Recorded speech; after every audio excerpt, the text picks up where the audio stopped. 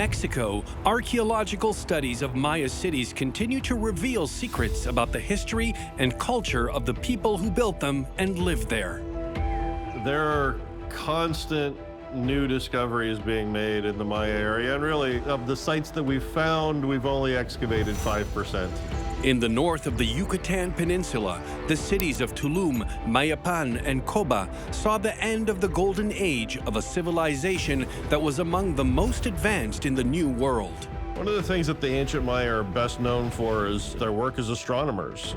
À ce titre, l'orientation des édifices majeurs est quasi systématiquement à mettre en relation avec un phénomène céleste. From the year 900 of our era, the Maya experienced a period of flourishing cultural and commercial exchanges with all of Mesoamerica. Their edifices, from the more modest to the most imposing, continue to evolve, displaying the skills of Maya builders and the political power of kings who commissioned such monumental works. L'intention de ça, c'est de te dire, regarde mon temple, c'est immense.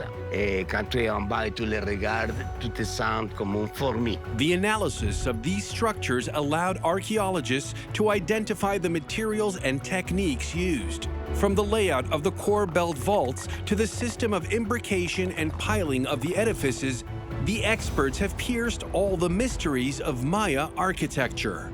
Political lords had subjects who owed them corvée service as a form of taxation. So periodically, Maya pyramids would get another construction phase. Today, technological innovations such as photogrammetry and Lidar records can reveal what is invisible to understand how the Maya societies functioned and to take into consideration the full extent of their great capitals. Avec une estimation de 4000 habitants par kilomètre carré, la densité de Mayapan est comparable à celle de Londres à l'heure actuelle. Maya civilization is as fascinating as it is intriguing. Ahead of its time in many scientific fields, it was also filled with ancestral beliefs and occult rituals. So they'll punch holes in their earlobe or through their nose, and that royal blood was categorically different than commoner blood. What did Tulum, Mayapan, and Coba tell us about the last hours of the Maya era? From the Caribbean coast to the heart of the Yucatan jungle, let's take a look back over 1,000 years ago at the discovery of the last Maya cities.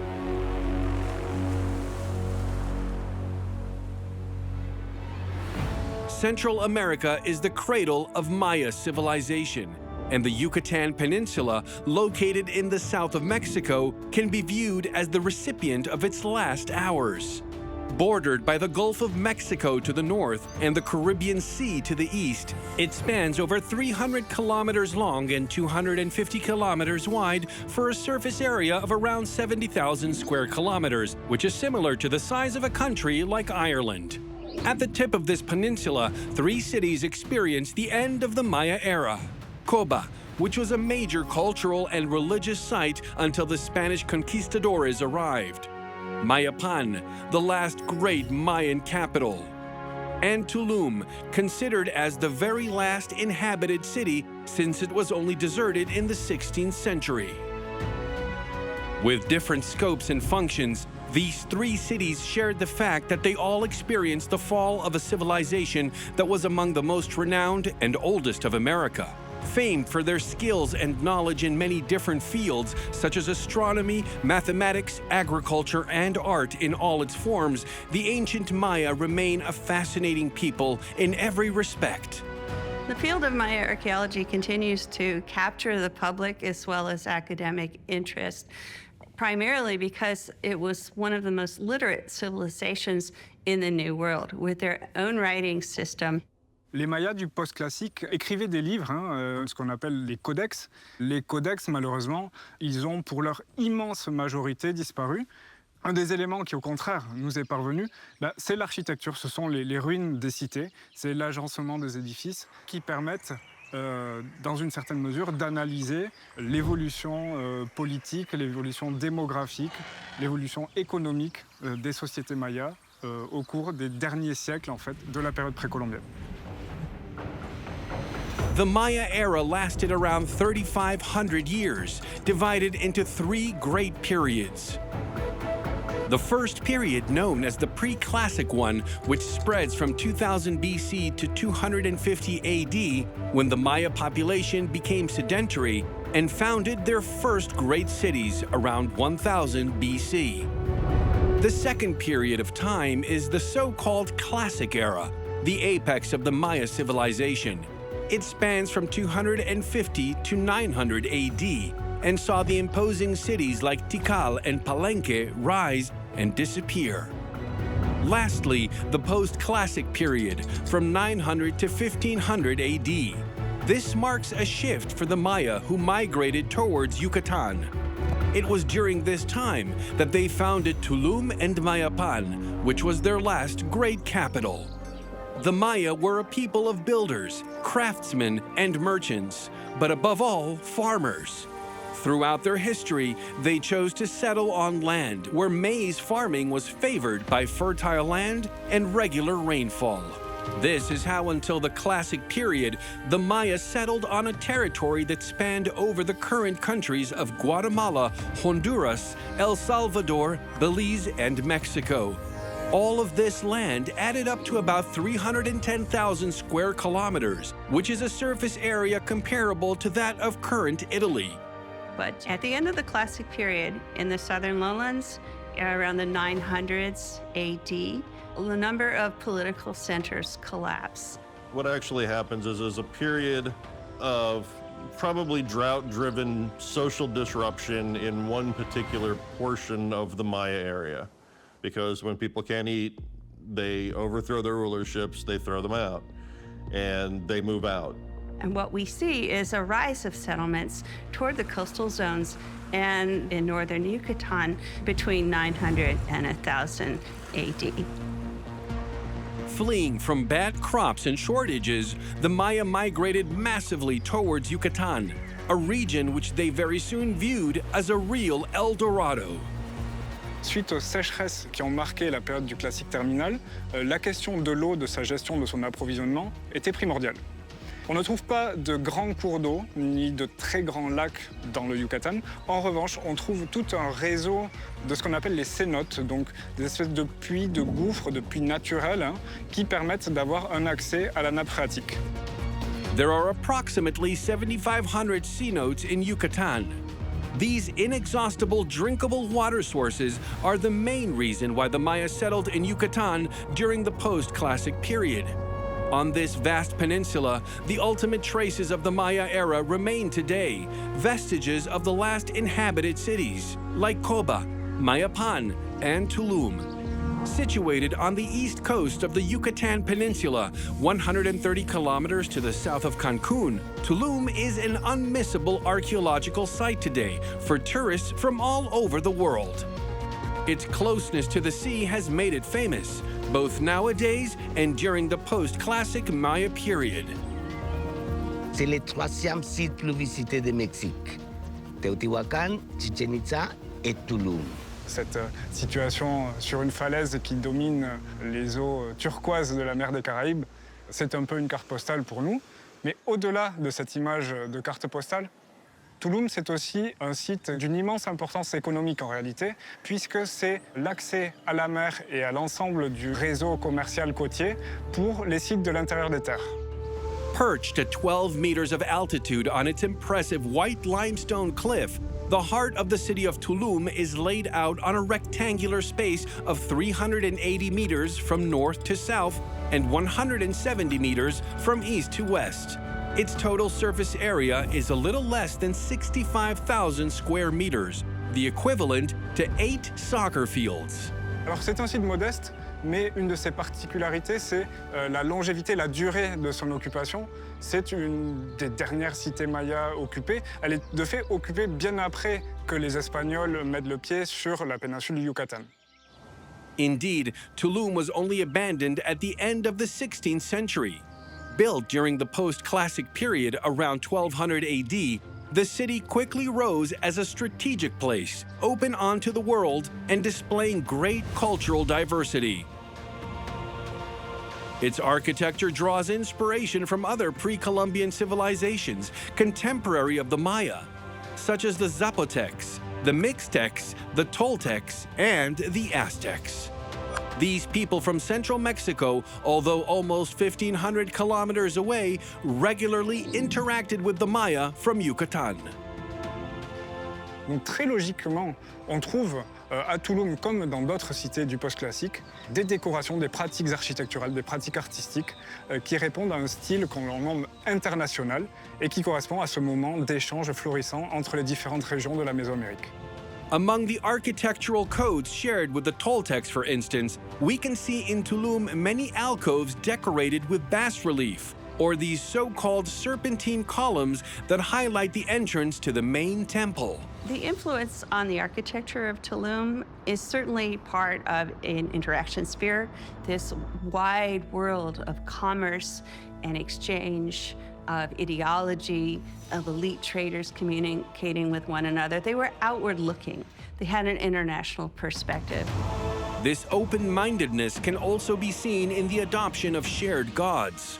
The most obvious example of which is the feathered serpent god, divinity of resurrection and reincarnation, originally worshipped by the people of central Mexico. The Maya made it their creator god, going by the name of Kukulkan. But the choice of adopting a so-called international religion also concealed a more materialistic goal. Le culte de ce serpent à plumes, il va pouvoir être partagé par des gens d'horizons très lointains, très différents les uns des autres. Et c'est ce qui va contribuer à la facilité des échanges commerciaux, des différents échanges peut-être matrimoniaux, à la communication en tout cas entre les différentes régions de la Mésoamérique. The port of Tulum was a hub for trade by the sea. For the great cities located inland, this was the gateway for goods, such as ceramics, jade, and obsidian, a volcanic rock essential to produce stone tools. In exchange, the Yucatan Maya exported their salt, cocoa, and honey. Before reaching Tulum, all of these goods were painstakingly transported by men on their backs along paved stone tracks typical of Maya architecture, called sacbeob. All over Yucatan, these paved roads formed a huge network that connected the great Maya cities between one another. Tulum was one of the final destinations of these terrestrial tradeways that crossed the territory inland. From this port, the goods then traveled by sea towards the north or the south to join the coastal cities of the Gulf of Mexico, or those of the Central American Plateau. These maritime ways enabled cities separated by enemy regions and tribes to trade without having to go through hostile territories. And I think what is the biggest benefit to coastal trade is that you can simply move much, much heavier burdens by water, by canoe. You could move much larger loads of goods, much larger distances for less labor investment, and faster. As such, Tulum was an essential strategic ally for the great Maya cities in Yucatan. In that respect, the city was very quickly considered as a true fortress of tradesmen. Tulum, qu'est-ce que ça veut dire? La ville protégée par une muraille. Lum, c'est la terre. Et Tul, c'est protection de cette morceau de terre, voilà. Tulum is one of the few fortified Maya cities. To protect the main buildings of the city, all gathered inside a 65,000 square meter quadrilateral. A gigantic stone wall was built around it. Its walls were 3 meters thick and about 6 meters tall. They only spanned across 3 sides of the quadrilateral, the fourth wall of the fortress being the limestone cliff that towered at 12 meters high, creating a natural wall on the seaside.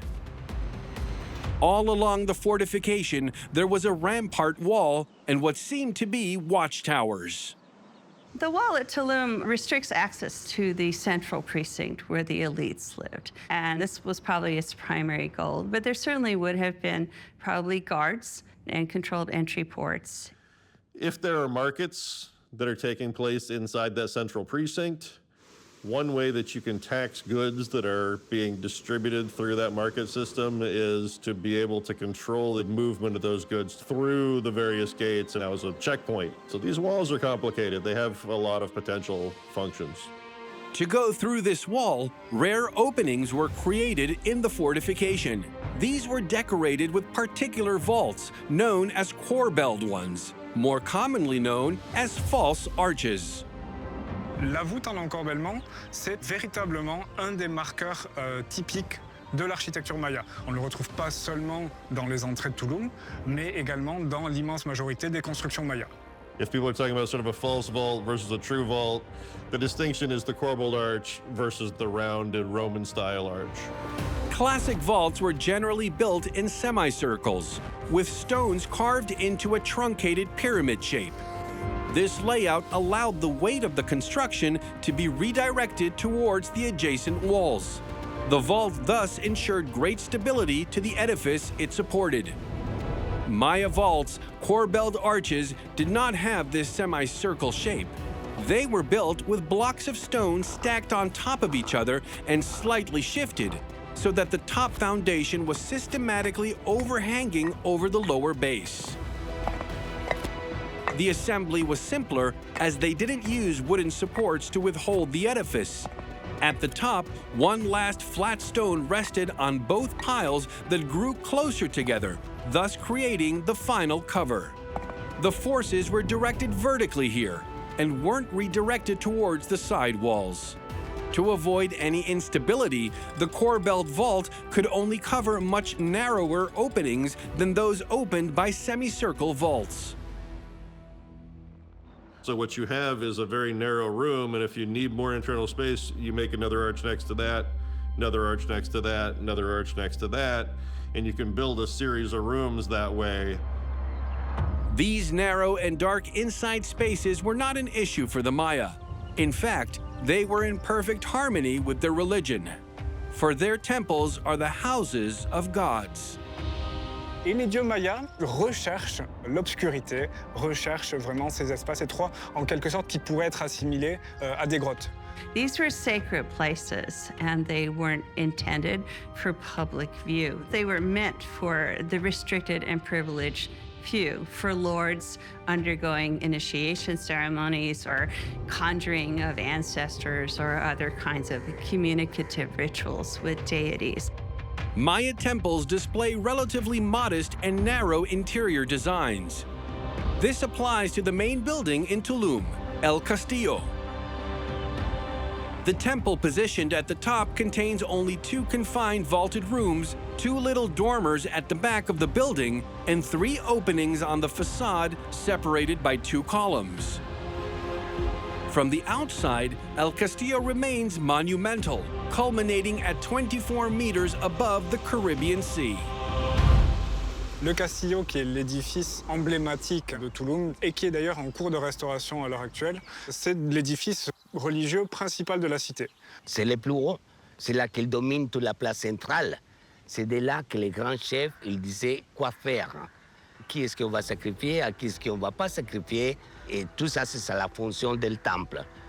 Grand endroit pour mettre les personnes importantes de cette petite ville. El Castillo also served as a landmark for Maya navigators who wanted to gain access to the harbor of Tulum. As such, it had to be built as high up as possible on the cliff. Over the centuries, its architecture evolved as the city grew prosperous and unavoidable. For at the beginning, El Castillo was just a small religious building of very modest proportions. Le Castillo, comme bon nombre d'édifices monumentaux mayas, est en réalité le fruit d'une succession de modifications architecturales, les unes construites par-dessus les autres. La transmission des pouvoirs, quelquefois, se fait de père à fils, comme en Europe. Et quand ton père va décéder, et tu es le prochain roi, mais tu ne vas pas détruire le temple de ton papa. Tu vas construire par-dessous. Tu vas les réutiliser, les temples précédents. Originally, El Castillo in Tulum was already 25 meters wide, but it didn't go much higher than 8 meters. To raise it, the builders added contention walls in the center and an inclined abutment plane at the rear. These additions filled in the central part of the old temple with stone and earth to ensure solid foundations for the extra height. On this base, the new construction rose up to around 12 meters high, adorned with a stairway of about 20 or so steps leading to the sacred part, the temple at the summit. The edifice, decorated with bright colors and numerous sculptures, adopted monumental architecture. Facing the temple, a square-shaped platform of about 10 meters was also built, probably to host dances and religious rituals. Cet édifice, qui a été nommé par les Espagnols Castillo, donc le château, de par sa monumentalité, il est assez caractéristique du style architectural de cette partie du nord du Yucatan qu'on appelle le style côte orientale. Et la caractéristique, c'est des mini-temples, pas des grands temples, orientés. La façade principale, c'est à l'ouest, parce que de l'est, il vient les cyclones, les ouragans. Les ouragans, ils sont passés même à l'époque des Mayas. Due to this sometimes hostile coastal climate, edifices were often positioned with their backs to the sea, with only a few openings on the eastern facade. Another characteristic of the East Coast style is its particular aesthetics. Many walls were intentionally inclined towards the outside, giving the building a trapezoid shape, whose flat roofs were decorated with alcoves, sculptures, and moldings. The East Coast also really embraced the mural tradition. So it's another frustrating thing about the East Coast centers is that the murals have not survived well in the tropical environment, but they would have been resplendently painted and decorated. If Tulum displays a rather sober style, it is probably because the city was not really a center of power, but a fishing port and a city of merchants above all. Its style contrasts sharply with the one found inland. In the central part of the peninsula, the great political capitals used architecture to display their power. In Mayapan, for example, a monument characterizes in itself the ambition of the city. This is the Pyramid of Kukulkan. With its square base of around 30 meters on each side, it towers up to 15 meters high, which is the equivalent of a 5-floor building. In 1150 AD, the Maya founded a new capital around this majestic edifice, whose political system contrasted radically with the previous periods. And the goal of the Mayapan elites are to form essentially a confederacy where they are bringing the elites from sites all over the Yucatan Peninsula. You can think of it as a council of rulers who were themselves kings in their own city-states. Et ce bâtiment à colonnade devant lequel je me trouve, eh bien, c'est justement le siège de ce gouvernement. Et il y a différents aspects dans cet édifice qui nous le montrent. Il y a d'abord ce plan avec cette banquette en C, tout à fait caractéristique de ces structures du conseil, de ces lieux de pouvoir collectif. Il y a également les ornements en bas-relief. On peut encore observer ici, par exemple, 2 jambes qui appartenaient probablement à un des portraits d'un des dirigeants qui siégeait dans ce conseil. We also have a mat symbol woven into the bench that runs the length of the council house. And the mat symbol is a symbol of Maya royalty, of Maya rulership. This collegial government made the cult of the feathered serpent god persist. The Great Pyramid is a temple devoted to Kukulkan. Kukulkan was associated with prosperity and jewels and wealth, so merchants loved him, and he was conceived of as a founder of many Maya political centers throughout Mesoamerica, and so he's a hero. The Temple of Kukulkan is not a revolution of Maya architecture or of its dimensions, but it bears testimony to the skills of Maya builders. Here, they used building processes proper to their civilization, which allowed them to erect pyramids up to several dozen meters in record timing. La première chose que il faut avoir, pour faire la construction de ça, c'est la motivation. Et beaucoup de travailleurs. Beaucoup de travailleurs. Political lords had subjects who owed them corvée service or obligatory service as a form of taxation. Chaque famille devait fournir un ouvrier chaque année pour participer à la construction monumentale. Et c'est ainsi qu'il était possible de construire une pyramide telle que le temple de Kukulkan en l'espace de quelques saisons de travail, probablement en moins de 5 ans. The workforce, often led by priests, was colossal. The workmen extracted and carved the limestone, highly abundant in Yucatan, with simple tools made in obsidian or flint, to very sharp rocks. These blocks of limestone, some of which weighed around 50 kilos, were transported to the work sites in the simplest possible way. In the Maya area, there were no large beasts of burden. They didn't have cattle or horses or anything like that. So everything was being carried by people, kind of with their hands behind their back and carry things straight up the steps of the temple. So it's all hard manual labor. The manual labor was exhausting but not very complicated, for the technique to raise such pyramids was surprisingly simple. The structure of a pyramid like the one in Mayapan is made up of backfill of rough stones and mortar. To do so, spaces were divided by walls to create multiple cells. Each group of workmen filled their cells as they pleased with mud, sand, gravel, or lime. It was then entirely covered with a siding of well-carved stones, followed by a mortar coating. This base served as a platform for the upper levels that were built in the same way. Once the edifice was finished, it was covered in whitewash to give it a smooth aspect and make it waterproof. Finally, the pyramid was covered with a new coating with red pigments added to it, giving the building the color of the rising sun. L'intention de ça, c'est de te dire, regarde mon temple, c'est immense. Ma ville, c'est beaucoup plus importante que la tienne. Et quand tu es en bas et tu les regardes, tu te sens comme une fourmi. En vérité, tu vois, c'est immense. For the Maya, building such a pyramid was also a way to get closer to the gods with whom they wanted to get in contact.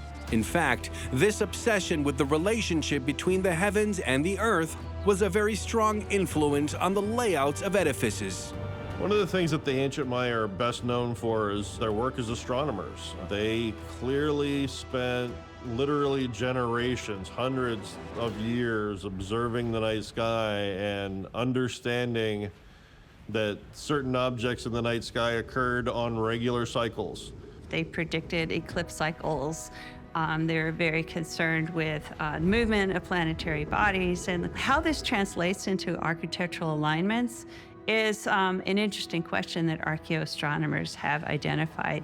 At Mayapan, one major way you see this is that the Temple of Kukulkan is oriented in such a way that at the winter and summer solstice, you get a shadow cast by the corner of the pyramid that runs down the balustrade of the main staircase and forms what looks like a serpent moving down the stairs over time. This phenomenon clearly marked a privileged moment of connection with the gods. Maya priests studied astronomy for religious reasons, orienting temples in such a way as to make them offerings to the deities supposed to protect them and bring them prosperity. But studying the stars didn't only have this ritual goal.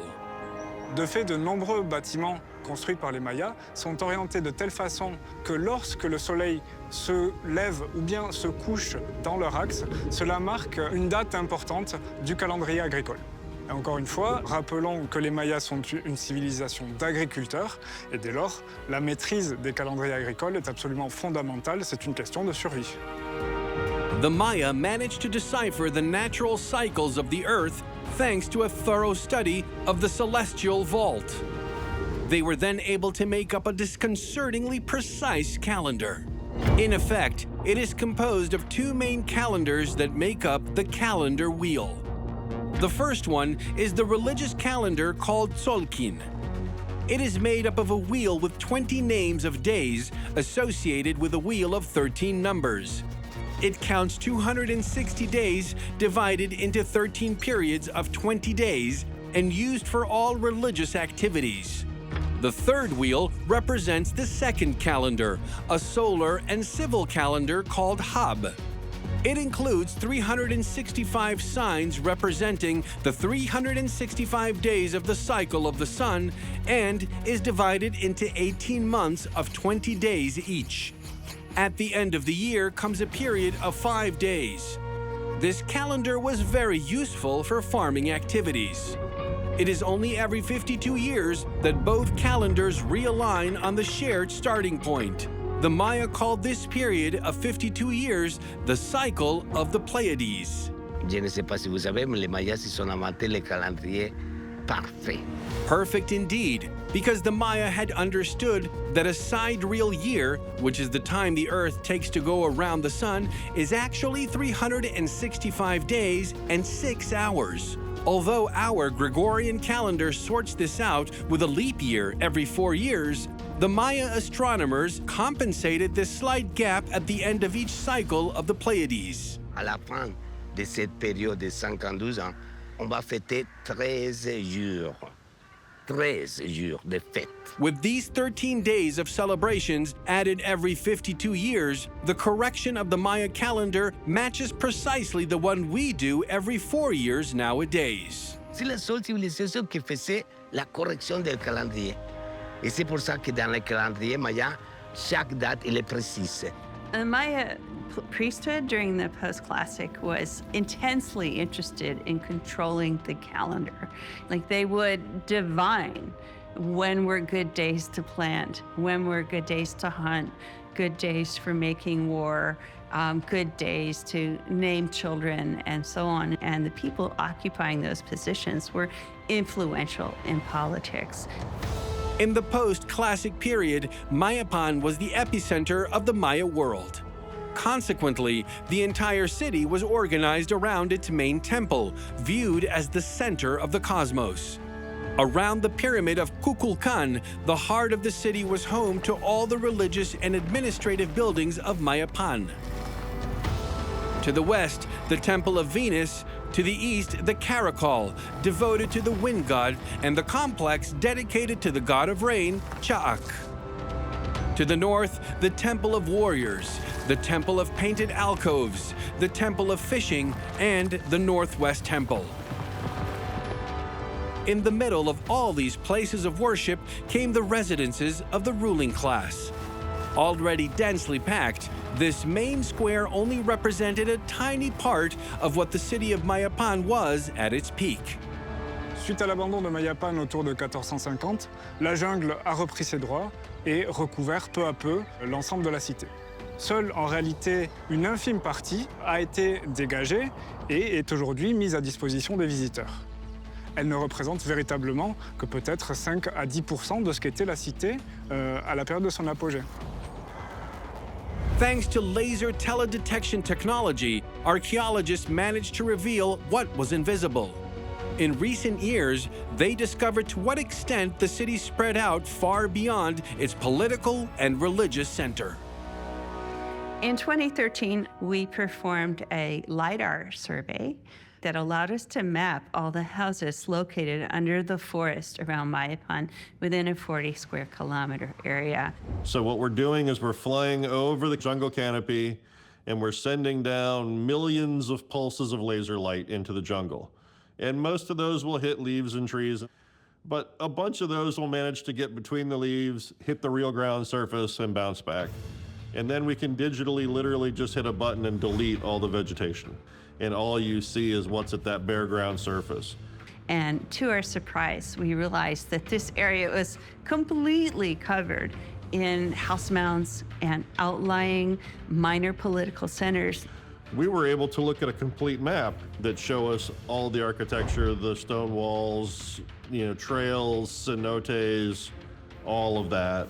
And it 100% changed the way we were doing archaeology at Mayapan. Lidar technology allowed archaeologists to confirm the existence of an 8-kilometer-long surrounding wall, inside of which more than 4,000 structures were recorded on a surface area of hardly more than 4 square kilometers. It's dense and it's walled, and there clearly was a concern for defense. This was a contentious period, and there were rivals, and warfare and raids were a part of the political landscape in the post-classic. So you have both an external defense and a way to keep an eye on the local population who might, want to rise up and cause you problems.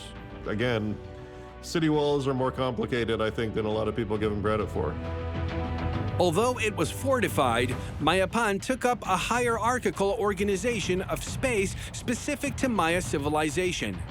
In the center of the city, the religious edifices and housing of upper classes coexisted, whereas the rest of the population was organized around this nerve center. The first ring around it was where the merchants and craftsmen lived. Then came the farmers who lived the furthest out of the city. What the 2013 Lidar study revealed is that the city spread far beyond the surrounding wall. The city itself spans 4.2 square kilometers within the wall, and then it goes another half kilometer in all directions outside the wall. So stand on the top of the Temple of Kukulkan as far as the eye can see, and that will be Mayapan, the residential zone of one of the most urban cities ever to have existed in the Maya realm. We had originally had a population estimate of 12,000 based on existing maps of Mayapan. Now that we have the LiDAR, it looks like maybe 20,000 or 25,000. So it's been absolutely critical in our understanding of the city. Although Mayapan is considered to be the last great political capital of the Yucatan Maya, the essential cultural and religious center of the post-classic period remains Coba. The city is 200 kilometers to the east of Mayapan and about 50 or so kilometers northwest of Tulum. Its ruins, today shrouded in thick tropical rainforest, was revealed by archaeologists in the 1920s. Coba is a wonderful city in part because it was so long-lived. You see the first occupation there in probably about 100 AD, and it had time to develop, both size and scale. It probably had 50,000 people in its height. Around 650 AD, Coba was the most important city of the Yucatan Peninsula, a major political and religious capital. But from the year 1000 AD on, its influence declined severely with the rise in power of its rival, Chichen Itza. Néanmoins, Coba, après cette période un peu troublée, va renaître de ses cendres en quelque sorte pour connaître un apogée post-classique qui se manifeste en particulier avec de nouvelles constructions monumentales. These new complexes were erected around 1200 AD and display all the architectural codes typical of the East Coast style. Small rectangular constructions, narrow vaulted rooms, and very few openings bordered by columns and decorated with ornamental friezes. The presence of such ensembles confirms the thesis of a renewal in Coba at the time. On this huge site of 70 square kilometers, which is twice the surface area of a city like Lyon in France, these modest buildings brush shoulders with the imposing pyramid temples of the previous period. So you've got different architectural styles that are present, right? So you see sort of classic period tall vertical temples that then are topped by post-classic Tulum-style shrines to reflect the changing times. This little temple that towers over the canopy is at the summit of the highest edifice in Yucatan, the Pyramid of Nohok Mul. It stands on 7 levels with rounded sides and measures 42 meters high. The stairway leading to the top counts 113 steps, and its slope is famous for being particularly steep and difficult to climb. In Mayan language, Nohok Mul means great hill. In the scenery, this pyramid has the appearance of a craggy cliff dominating the jungle, and it's exactly what the Maya wanted when they built such a huge temple. The ideology ties very closely to the cosmology, the idea that there's an upper world and there's an underworld and that we're somewhere in the middle of it. And there's various ways to reach the gods who live in the upper world. One of those is to ascend a mountain. So when the Yucatan, where it's relatively flat, building your own mountain is one way to get a mountain. And it was from the top of this sacred artificial mountain, visible by all, that the Maya priests and kings ran the city. Les pyramides mésoaméricaines, elles permettent une mise en scène de la politique et de la religion. C'est vraiment une scène de théâtre. On a d'une part le temple au sommet de la pyramide, qui pour un observateur situé en bas est un espace un petit peu mystérieux. Là, les gouvernants, les prêtres vont s'adonner à un certain nombre de rituels dans l'obscurité. Et puis il y a d'autre part le grand escalier frontal qui lui permet au contraire des apparitions tout en majesté où on domine la foule qui peut être amassée au pied de la pyramide. Maya kings were divine messengers, the only ones who could interact with the gods and obtain their favors. During periods of drought and famine, their political legitimacy could very quickly be questioned. To preserve it, leaders had to use propaganda constantly. This is what the many stelae found all over the city revealed. Highly eroded today, most of them are very difficult to interpret in the naked eye. Archaeologists often use photogrammetry to create a more legible version of these testimonies in 3 dimensions. By assembling hundreds of photos taken in the field, this technique amplifies all the reliefs of a sculpted scene and reveals the invisible. Et dans le cas de cette stèle de Coba, on observe un portrait royal avec le dirigeant représenté en majesté, vêtu de ses plus beaux atours, d'un panache de plumes flamboyantes. Et surtout, on observe qu'il est juché, qu'il piétine littéralement 2 captifs en position d'humiliation. Il y en a un ici et l'autre là. Et puis il y a un 3e captif, les bras attachés dans le dos. Donc on est véritablement sur, encore une fois, un programme de communication politique, de propagande royale. These prisoners of war could at any moment be sacrificed as offerings to the Maya gods. Nobody knows how often the temples were used as stages to these macabre scenes. Yet once again, the architecture of the place informs the experts about their unfolding and the places where the ceremonies occurred. Et l'un de ces emplacements de sacrifice humain se trouve ici derrière moi. C'est sur ces monolithes que les victimes à sacrifier étaient maintenues par des assistants. Et puis l'officiant venait perforer l'abdomen pour retirer le cœur. Alors cette mise à mort qui est rapide pouvait être suivie de la décapitation de la victime sacrificielle. Ce sacrifice humain, c'était bien entendu le sacrifice ultime qui permettait de s'assurer de la bienveillance des divinités, mais c'était encore une fois, il faut bien insister là-dessus, aussi un spectacle public qui est à placer dans ce contexte politique violent, troublé, de règne de la terreur en quelque sorte, mise en place par les familles dirigeantes. C'est une démonstration ostensible du pouvoir. These sacrifices of prisoners were not the only blood offerings which the Maya people attended to. Self-sacrifice rituals were also very frequent.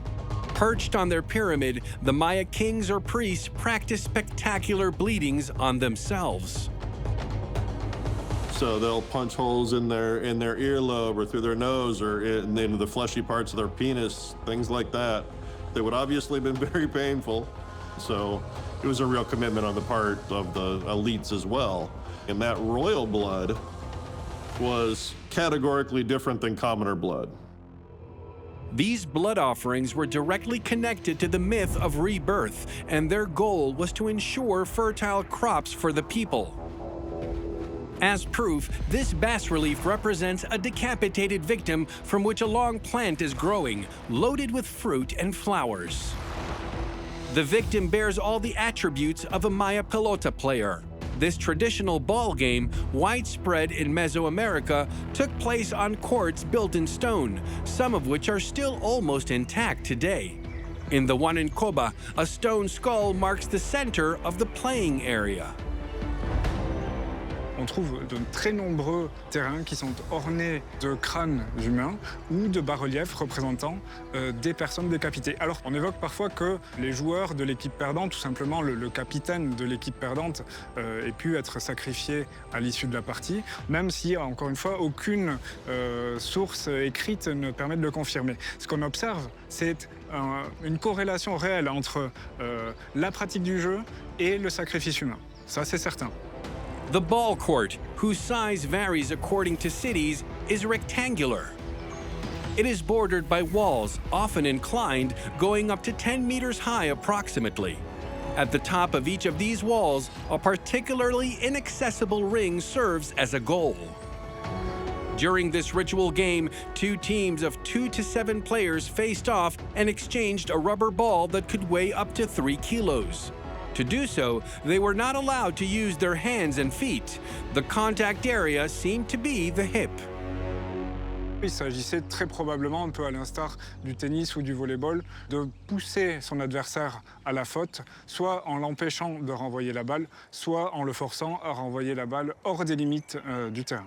Many of the ball courts have large ball court rings. So it seems like if the ball went through the ring, you automatically won. It was a one-off situation. It wasn't like they were scoring points by repeatedly getting the ball through the ring. If it got up there, that was a good sign that the gods were pleased with you and that was it. You were done.